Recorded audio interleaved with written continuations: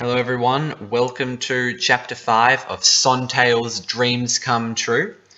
As always, if you'd like to read along to this audio, the links to the page of the author and also the link to this page so you can actually read it will be in the description below. So without further ado, since this one is the longest one so far, let's get into Chapter 5, What Are We Doing? Beep, beep, beep. Tails rolled over, muttering something inaudible under his breath. He brought his hand down hard on the blaring alarm clock that was producing obnoxious sirens beside his bed, silencing it immediately. He yawned, stretching his arms out and rolled over, closing his eyes to block out the harsh morning light. "Tails, honey, how are you feeling? Do you think you're up for school this morning?" his mother called from downstairs. The scent of crispy bacon swirled up the spiraling staircase and wafted into the young fox's bedroom, capturing his attention. Tails licked his lips enthusiastically, jumping out of bed and running downstairs. He sat at the table, chowing down on the many strips of bacon that his mother had prepared for the two of them. Tails took another big chomp of the blackened food and spoke in between mouthfuls. "Yeah, I'll be fine. Thanks, Mum." He swallowed. There was no way he was missing school today. Neither was Sonic. They had to talk. This needed to be settled. Now. It was too crazy, too unbelievable. He shouldn't be feeling this way, and knew Sonic shouldn't either. But he can't help but feel faint at barely the sight of his love. He was like a man possessed, always waiting, following his love. His mother sat down in the oak wood chair opposite him at the other end of the rectangular mahogany table. She reached over to the marble kitchen top bench beside her and fiddled with the knobs of the homemade radio that Tails had constructed for his mother's birthday last year. Static filled every inch of the room, straining the golden fox's ears before the sound of his high school principal's voice broke through. "Attention all students and parents," the voice began, struggling to compete with the low droning of the static that was competing inside the speakers. "Due to snow flurries and blizzards, school will be cancelled for the day. Have a nice rest and we'll see you first thing tomorrow morning. That is all." The voice ceased and Static wrestled back to control again. His mother turned it off, the sound of the instant buzzing causing her to shudder uncomfortably as Static drifted back into all corners of the room. Their community was situated in the southeast corner of Mobius and was one of the smaller communities of the land. Most people knew each other and there was only a population of about 50,000 strewn about the town. Due to this, there was only 3 different primary schools and 2 high schools, one in the north and one in the south. So it wasn't unusual for the principal to address everyone over the radio. "Since there's no school, maybe you'd like to invite Sonic over today to do some homework together?" his mother suggested, beaming her comforting and delighting smile at him. Tails nodded and ran upstairs eagerly. He grabbed his phone that lay haphazardly on his bedside table and punched the digits that he had memorized into his phone to dial Sonic's number. "Yeah?" Sonic's voice came through the receiver, sounding tired, annoyed, and quiet. It was obvious to Tails that Sonic was frustrated that he'd been woken up, but was way too polite to tell his friend. "School's cancelled today," Tails muttered. There was a moment of silence, but Tails could seemingly hear the gigantic smile that had crossed over the hedgehog's face delightedly. "Don't sound so sad," Tails replied sarcastically when no response came. "Would you like to come over and spend the day at mine?" he questioned, forcing himself to make the words exit his mouth. "I'll be right over," was the reply before Sonic hung up. Tails rushed into his bathroom and wrenched the hot and cold shower handles to the left and waited for the calming water to cascade down. The anticipation was killing him, but he knew he needed to wash himself and get ready so he wouldn't seem repulsive to his blue love. About half an hour passed by as the young fox washed his fur all over, making sure to use extra conditioner to make his fur seem extremely soft. He combed down his bangs, which then flung back out into place between his 2 azure eyes like they did every morning. Finally, he picked up his toothbrush and floss, making sure that his mouth was as clean as possible. "Ding dong!" The doorbell sounded, and the kid hovered down eagerly and pulled open the door. Sonic stood there, his emerald eyes shimmering as his cobalt fur was covered in snow. Wind whipped his face, and Tails pulled him inside, away from the cold. "It's not a good day out there," Sonic said facetiously. Tails smiled before asking what Sonic would like to do. "Got any food? I'm starving." After Sonic devoured the rest of the bacon, leaving not one scrap or crumb left upon his plate, he pushed his chair back and belched. "Ugh. Sorry about that," he said, covering his mouth with his gloved hand. Tails didn't mind. Having Sonic with him for a whole day was such a great feeling to the young fox that nothing could spoil it for him. "Wanna go upstairs?" he asked suspiciously. Sure?" Sonic shrugged, following Tails upstairs. The two entered and Sonic closed the door slowly behind him as Tails jumped on the bed and sat up, looking at Sonic. Sonic breathed slowly, standing at the door, still clinging onto the door handle. "What am I doing?" he thought to himself. "Chaos, forgive me." Is something wrong, Sonic?" Tails replied cautiously, seeing the distress on Sonic's face. Nothing, Tails," Sonic replied, walking over and sitting down next to Tails. The golden fox flung his arms around Sonic and brought him in close, enjoying the warm embrace of the hedgehog. He ran his hands through the spiky quills of his friend and took short, big whiffs of Sonic's scent. It soothed the fox. However, Sonic didn't hug back. Is something wrong?" the kit asked. Sonic didn't reply. He simply laid back and stared up at the ceiling. Last night, you think it was a mistake, don't you? You hate me and only came over here to tell me that to my face." Tears started welling up in Tails' eyes again. He hated feeling so weak and constantly crying like a baby, especially in front of his hero. He never liked it when Sonic saw him so weak, but there was nothing he could do.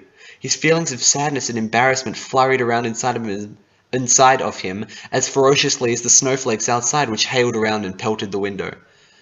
Tails, seriously," Sonic began, absorbing the sadness that was flowing from Tails. He didn't know what to say, what to do. There were so many wrong, confusing, wonderful feelings that all washed around inside of him. His heart was like a ship being flung about on the ocean, caught in a cyclone. One thing he did know was he couldn't take seeing Tails, his Tails, so sad. His sadness was the tsunami in the storm, which caused Sonic to fall overboard. He threw all of his doubts aside and drew Tails close, placing his lips onto the fox's. He knew that they both couldn't throw caution to the wind. He needed to be the sensible one, because Tails' heart was thinking for him. But Tails made him feel so happy. He decided to push these doubts deep down and gave in to the kiss. Tails felt his tongue poke at his pearly white teeth, begging for entrance into Tails' mouth. He opened obligingly and shuddered in pleasure as Sonic's curious tongue explored the inside of his mouth. Tails' tongue, equally as adventurous, roamed around the far reaches of the hedgehog's mouth, soaking up the saliva and relishing in its wonderful flavour. After a few short minutes, but what seemed like an eternity to the two teenagers, Sonic broke apart and fell back down on the bed. He panted, gasping in big, selfish gulps of air as he tried to fill his screaming lungs back with the oxygen that they had been deprived of. Once he got his breath back, he turned his head and saw Tails gazing lovingly at him. Sonic reached out his hand and clasped it in Tails's, intertwining and connecting their fingers like strands of silk in a web that had been carefully constructed by a clever spider. He could feel the sweat on Tails's palms, but he didn't mind at all. "What are we doing?" he sighed again, getting lost in Tails's eyes for the third or fourth time. They shone like the colour of a lapis lazuli as his sapphire fur was being reflected back at the hedgehog through the fox's blue eyes. "What our hearts want," Tails chimed in, gripping Sonic's now degloved hand tightly and pulling him closer. Sonic stayed, leaning back on the bed with one hand behind his back and his head resting on it. Tails snuggled up to the hedgehog, resting his head on Sonic's bare chest and nuzzling his face into his sapphire fur. He could hear the slow heartbeat and feel the quaint rising and falling of Sonic's chest. Sonic moved his other hand and placed it around Tails' body, hugging him tightly. Sonic was thankful for the golden fur of his fox love, as the cold slowly began seeping in through the window, and Tails had kept Sonic incredibly warm and toasty. They both lay there in silence, enjoying each other's company, until Tails finally broke the silence with a question. "Do you really love me, Sonic?" Sonic looked down, his eyes filling with hurt and shame. Tails looked up, returning his gaze innocently. Sonic leant down and placed a small kiss on Tails' forehead. "Please stop asking me that," he said coldly.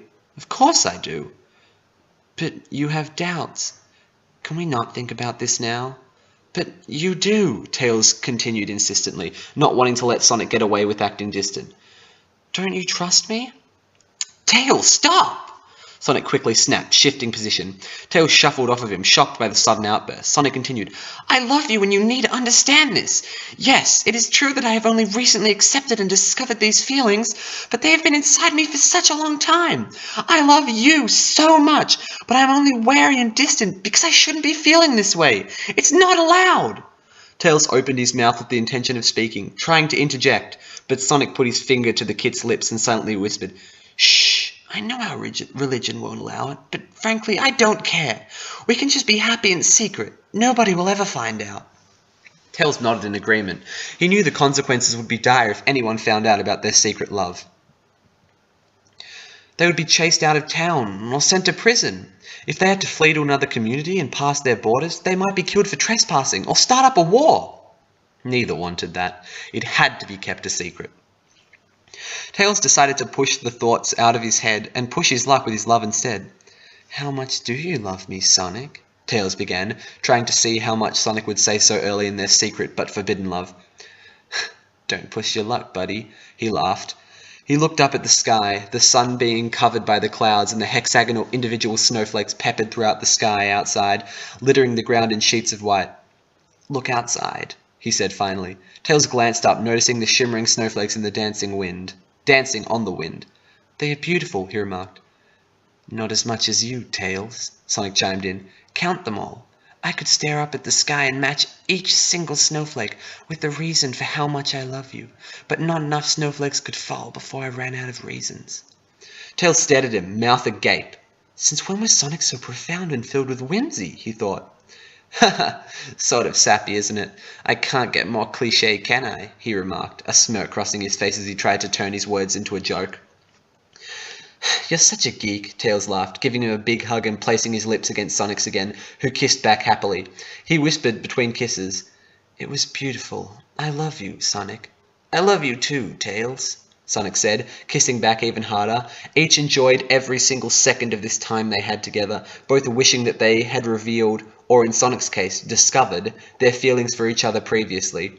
From this moment on, they were more than just best friends, and closer than measly brothers, although both were the only child in their family and didn't know the true feeling of a brother. They were lovers, inseparable, soulmates. Suddenly, Tails' ears pricked up as he heard footsteps crunching down the hall, coming briskly towards his room.